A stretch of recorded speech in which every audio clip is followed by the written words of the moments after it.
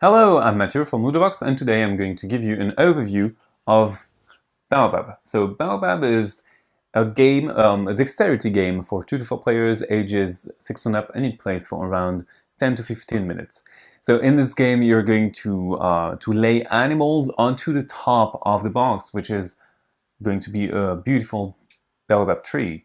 So you have a drawing stack, and from this drawing stack, at your turn, you are going to draw 1, 2, or 3 cards that you have to play. But you don't know the cards, and the cards have different powers depending on the animals that you have. But beware, if any cards fall because you can't make them go onto the tree, or because cards fall because they are going to be balanced onto the top of the tree, well, you get them into your penalty pile. And they are going to be face up, you won't draw them, they are just negative points. So, onto the different cards. First, we have foliage. So foliage does nothing. It's just bark and leaves, so you just can put it on the board, on the top of the tree like this. We have flowers. So flowers need sunlight to grow, and they need to be at the outside of the tree.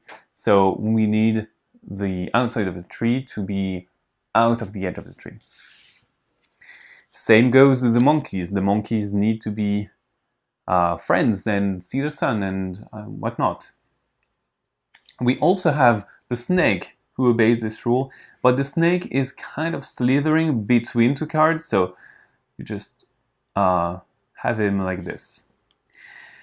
There is the jaguar. So the jaguar is going to pounce on the tree, and you do that by dropping the card. So you have to hold the card at least 1 foot on top of the tree, and you just drop the card like so. The same goes with the bat. So the bat, that's basically the same as the jaguar, but you're going to do it with your eyes closed. So for example, in this case, I'm going to close my eyes, then extend my arm and drop the card. And finally, we have 2 special cards.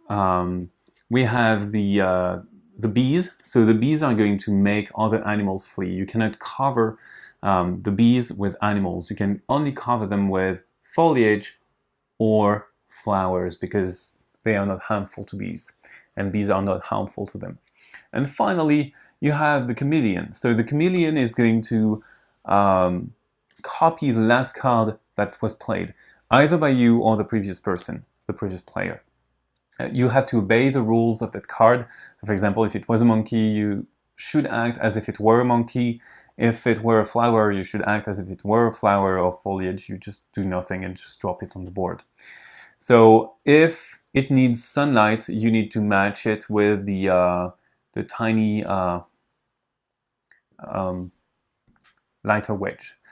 The game ends when someone doesn't have any cards to draw, and then you count the total of cards in the penalty stack of every player, plus the number of remaining cards in their draw pile, and then the smallest number wins. You need to have the fewest number of cards.